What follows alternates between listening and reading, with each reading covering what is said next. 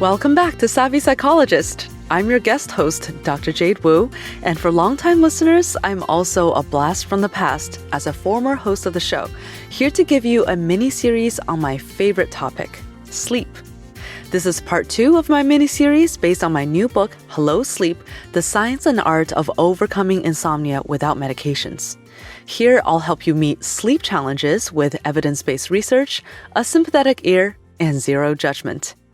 Today, we'll tackle the busy brain, why it turns on at night, and how we can help turn down the volume and get back to sleep. At the end of your busy day, all you want to do is put away your worries and your strife. You brush your teeth, put on your cozy pajamas, and crawl into your cozy bed, looking forward to blissful sleep. But wait, did you remember to schedule that doctor's appointment? Also need to get contact lens solution and grab a gift card for the daycare teacher. Is she mad at us? She seemed a little bit awkward earlier. Damn it, daycare is so expensive. What are we gonna... And so it begins. Your busy brain has turned itself on, ready to run all night on the fuel of all your worries, random musings, to-do lists, philosophical questions, embarrassing memories, and monologues about insomnia. It feels like a troop of monkeys is just jumping around in your brain, and the harder you try to push them out, the more excited they get. Before you know it, you've watched the hours go by on your clock, desperate and still not sleeping. This busy brain is a frustrating but common experience for people who struggle with insomnia. Even for people who usually sleep well, the occasional night with it can feel like a battle in which you're just losing your mind. But fortunately, we're not totally at the mercy of these monkeys.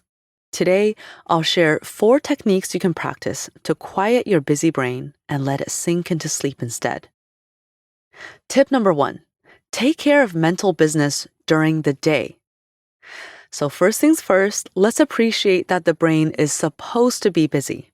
If it weren't for its ability to constantly perceive, analyze, evaluate, plan, create, anticipate, we humans would not be able to send rockets into space or even make fun TikTok videos.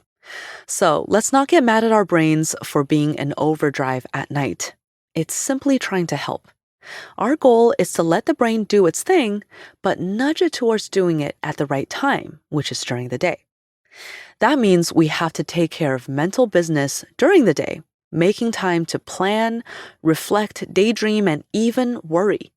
If these things don't happen during the day, they will happen at night. Now, be honest with yourself. How often do you let your mind simply wander without any screens or other distractions? Or how about write down your concerns or let your creative juices flow without interruptions? If you're always running from task to task or bombarded by stimulation, then no wonder your brain saves up its busy energy for the one time it can get your attention, at night. So schedule a daily 15 or 30-minute meeting with your brain and allow zero distractions. Have pen and paper on hand if you'd like to work through your to-do list or process your worries. Or simply let your mind talk to you as you take a walk or do something rote like folding laundry, washing dishes. When the meeting time is up, thank your mind and remind it that any unfinished business is for tomorrow's meeting. All right, so we've taken care of business during the day, setting aside time to do all the things that our brains love to get our attention about. Now, what about bedtime?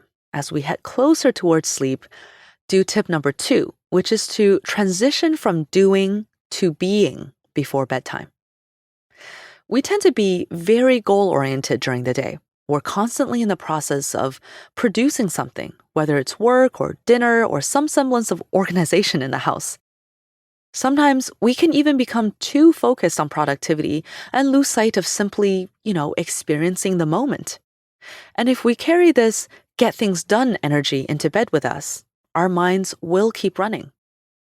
Instead, if we transition from this doing mode to a slower, more mindful being mode in the evening, our minds will know the time for productivity is over and it's okay to relax now. To get into being mode, write down any unfinished goal-oriented tasks and plan to do them tomorrow. Then do something that's enjoyable just because it's enjoyable, Cuddle with your partner, play with your dog, listen to music, do a craft, take a bath, stretch, bake. Anything is allowed, as long as it's not secretly a task that only feels good when it's done, like answering those last work emails. You can start being mode whenever you'd like, though I recommend at least 30 minutes before your usual bedtime. All right, so we've walked through what to do during the day and during the evening, which is to finish unfinished business, set aside time for our brains to process what it needs to, and switch to that being mode. After the break, we'll come back and talk about what to do when none of that seems to have made a dent and your brain is still really busy in the middle of the night. Welcome back. Let's keep talking about how the busy brain can be taught to turn down its volume so we can get back to sleep more easily. Tip number 3 is to get out of your head and into your body. So what if we had a particularly exciting or stressful day and no amount of candlelit baths could get us fully into relaxed being mode? Now that you're curled up in bed and ready to sleep, your busy brain seems to catch even more momentum. And before you know it, your thoughts are going 100 miles per hour. Notice that during this racing mind experience, you are everywhere and every when. You might be imagining the future, reliving the past, wondering about a news event on the other side of the globe, or even having an imaginary argument with your partner lying right next to you. You are inhabiting so many places and times all at once that it's impossible to rein in your mind. But you know what can only exist in one place and at one time? Your body. So let's use the body as an anchor to get back to the natural sleepy cues that come at night. My favorite method is the body scan meditation, a simple but really powerful redirection for your mind. You simply walk your attention through each part of your body, taking your time to non-judgmentally notice any sensations in your toes, your feet, your calves and shins, your knees, and so on, working your way up. You're not trying to change or analyze anything. You're simply noticing your body. If any thoughts sneak through, no problem. Just notice the thoughts, gently set them to the side when you're ready, and get back to the last body part you were noticing. Both your body and mind will slow down and become readier for sleep. And that brings us to tip number 4, which is simply to not force it, to just enjoy the extra me time during the night. Sometimes you'll have done a great job of taking care of mental business during the day, transition really smoothly from doing to being in the evening, and cap the day with a lovely body scan meditation once you got into bed. And still have monkeys bouncing around your wide awake mind. That's okay. If this is happening often, you may be going to bed too early, before you've saved up enough sleep drive, or before it's your circadian system's preferred time for sleep. Trust your body and go to bed when you feel sleepy. If you're waking up during the night with a suddenly racing mind, that's okay too. Don't worry that waking up at night is bad for your sleep. It's actually a really natural part of sleep architecture. But if you stay in bed and keep trying to shut down the racing mind, you're not only going to lose the battle, but the war too. Because your brain will learn that the bed is a frustrating place and become even more likely to get revved up here in the future. So instead of working so hard to get back to sleep, just get out of bed, or even just sit up in bed and turn on the bedside lamp, and do something enjoyable to redirect your busy brain.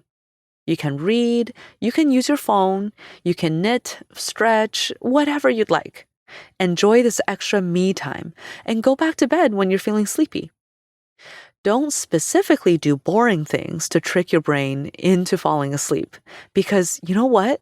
Boring feels bad and you'll just become frustrated all over again.